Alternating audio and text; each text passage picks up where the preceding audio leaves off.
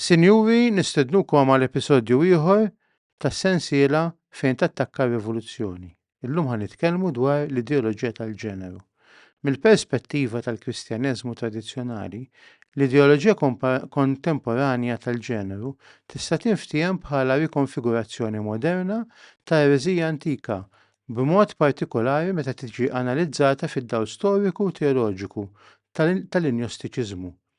Kif juri l-analista komparattiv Jonathan Gahana, hemm l-injostiċiżmu Kristjan bikri kif ukoll il-kritiċi radikali moderni tal-ġeneru jaqsmu ambivalenza profonda lejn l-eżistenza inkarnata, speċjalment id-differenzi sesswali.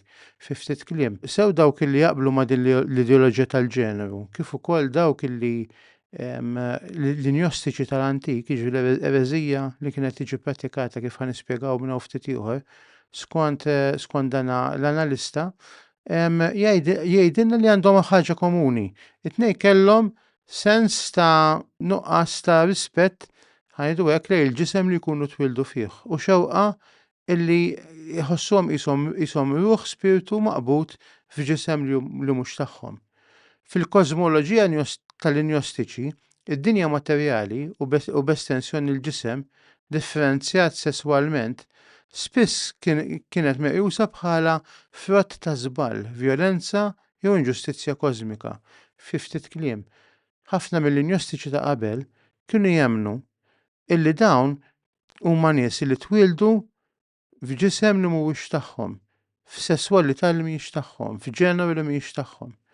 Is-salvazzjoni għalhekk skont huma kienet tinftiem bħala ħelsien mill-inkarnazzjoni, mill-ġisem, u ritorn lejn l-istat oriġinali u mhux differenzjat. Ġifieri l-injostiċi kienu jemmnu li oriġinarjament il-bniedem la kien raġel u laqqas kien mara, imma kien hermafrodit, u allura li wieħed ikun raġel jew mara u li wieħed ikun fil-ġisem li qed jgħix fih huwa kastik. Din il-loġika ssib l-ekwivalenza qawwija fl-ideoloġija kontemporanja tal-ġeneru li spiss titratta s-sess bioloġiku bħala aċċidentali, oppressiv u irrilevanti għall-identità personali. Il-Knisja Nisranija Bikrija ċaħdet l-injostiċiżmu propju għax dan ċaħet it-tjubija tal-ħolqien kif affermata fil-Ġenesi u naqqas is-sinifikat teoloġiku tal-inkarnazzjoni. Il-Kristjaneżmu Ortodoss insista li l-kelma saret laħam, ik-verbum caro factum est, mhux biex tneħħi n-natura, iżda biex tifdija. Il-ġisem inkluża id-differenzi sesswali tiegħu kien mifhum bħala sinifikanti u intenzjonat fl-ordni kreattiv talla. L-analiżi ta' Karen Jo Torgensen dwar il-qsim tal-ġeneru fost il-martri u l-axxet insara bikrin tgħin biex tikkjarifika din id-distinzjoni.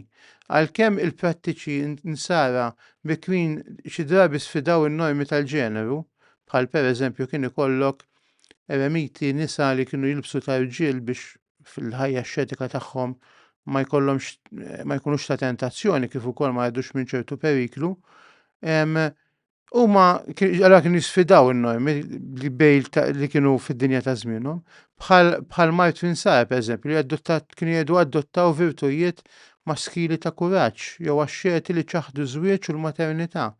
Dawn l-atti ma kinux immirati lejn it-tnaħħija ta' differenza sesswali fiha nnifisha, jiġifieri in-nisa li kienu jgħixu f'ħajja xxetika bħal l-eremiti irġiel ma kinux jagħmlu dan biex jgħidu li huma nisa laqqas huma irġiel, imma biex jikbru u jipperfezzjonaw ruhom fil-mixja tagħhom lejn Kristu. Pjuttost kienu forom ta' dixxiplina spiritwali u trasformazzjoni li affermaw il-ġisem bħala spazju ta' qdusija u sagrifiċċju. Bil-kontra t-testi gnostiċi, jiġifieri testi li kien ta' din l-ereżija li kienet temmen li l-ġisem huwa ħabs tar-ruħ u li differenza bejn raġel u mara huma kastik u mhux rigal li tagħna Alla. Bid-differenza dawn it-testi kienu spiss jippreżentaw is-salvazzjoni bħala elbien jew abolizzjoni tal-ġeneru għal kollox. Immaġin ta' s-raġel jew il-wieħed jistraxxendi differenzi sesswali kienu jissimbolizzaw ħarba mill-ordni materjali aktar mill-qdusija. Din il-viżjoni ta' umanità perfetta mingħajr ġeneru tirrifletti antropoloġija fundamentali differenti minn dik tal-Kristjaneżmu Ortodoss. Kif juri l-istudju dwar il-riċevimenti modern tal-injostiċiżmu, dawn l-idejat ġew appropjati ripetutament f'konflitti kulturali aktar tard dwar il-ġeneru.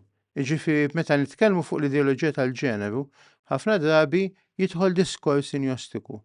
Propju għax il-wirt ambigwu tal-gnostiċiżmu jippermettilu jservi bħala ieħor simboliku u flessibbli.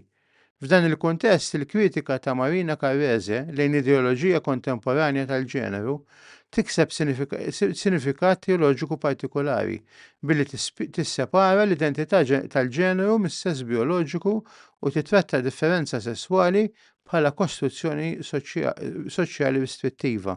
Ġu bażikament meta jgħidu li l-sesswalità differenza bejn raġel u mara hija biss kostruzzjoni soċjali, u allura m'hemm xejn naturali fli wieħed ikun raġel u li f'waħda tkun mara, din hija ripetizzjoni ta' ereżija ta' twemmin li kien ġie kundannat mhux biss mill-insara, imma anke mill-pagani ta' żmienu.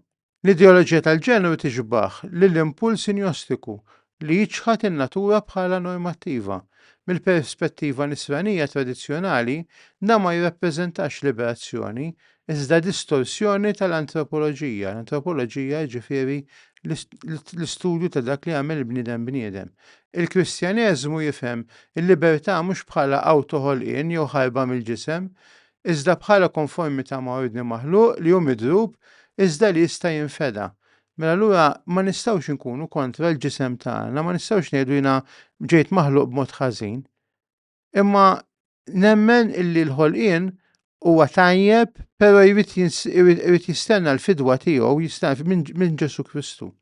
Għaldaqstant it-tendenza tal-ideoloġija tal-ġeneru li tiddefinixxi mill-ġdid l-identità b'mod indipendenti mill-inkarnazzjoni tqajjem mill-ġdid żball antik. It-twemmin li s-salvazzjoni tinsab fit-transcendenza tan-natura aktar milli fil-fidwa tagħha. Għalhekk il-Kristjaneżmu tradizzjonali jqis l-ideoloġija tal-ġeneru bħala ereżija mhux sempliċement għax tikkontesta normi soċjali, iżda għax iddajjef impenji teoloġiċi fundamentali relatati mal-ħolqien, l-inkarnazzjoni u l-għaqda tal-ġisem u r-ruħ. F'dan is-sens id-dibattiti kontemporanji dwar il-ġeneru mhumiex kompletament ġodda, fi ftit kliem, meta nisimgħu ċertu diskors fuq l-ideoloġija tal-ġeneru mhux xi ħaġa ġdida ma xi ħaġa li ilha. Iżda jirrappreżentaw hawn mill-ġdid ta' konflitti li l-Knisja ilha tiffaċċja sa mill-ewwel sekli tagħha. Nirringrazzjakom tal-li segwejtuna u nistidnukom sabiex tkomplu ssegwu episodji oħrajn minn din is-sensiela. Grazzi.